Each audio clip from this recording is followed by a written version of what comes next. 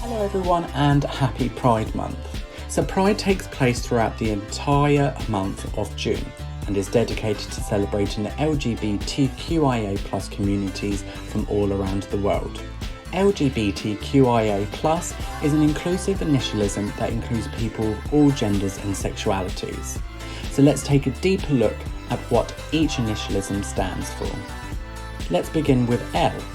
L stands for lesbian, which means a woman who is romantic, emotional, and or sexually attracted to other women. G stands for gay, which means people who are romantically, emotionally, or sexually attracted to the same sex. This term can refer to people of any gender, so can be used as an umbrella term. B stands for bisexual, so the prefix bi means two or twice. So this means a person who has romantic, emotional, or sexual attraction to those of their same gender and to those of another gender. T stands for transgender.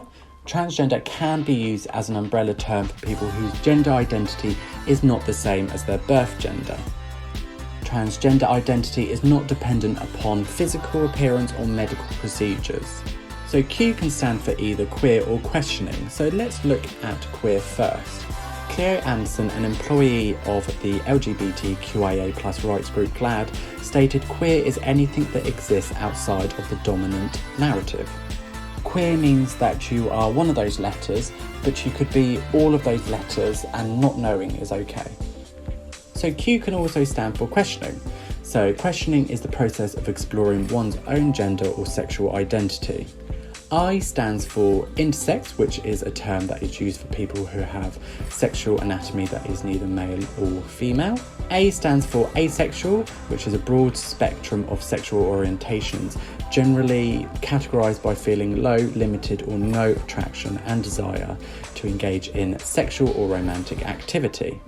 So finally, the plus. So the plus is used to represent all the other gender identities and sexualities. Pride Month is about teaching acceptance and continuing to move forward in equality. Many celebrations take place as parades where large crowds gather to march, often waving the progress flag or other flags such as the trans flag.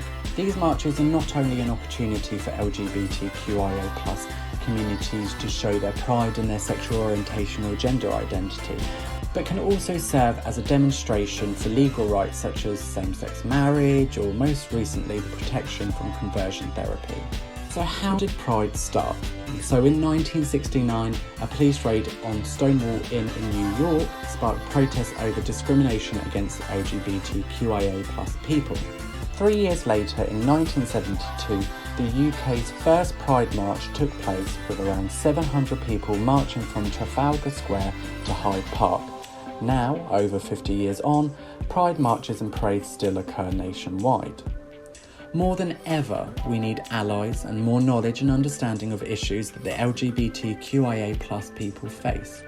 Pride is about creating a safe environment for us to celebrate who we are and not have to feel like we're hiding behind closed doors, which some of us still have to do to this very day in fear of discrimination and resistance. So, be kind to one another, remember you are not alone, and take pride in who you are.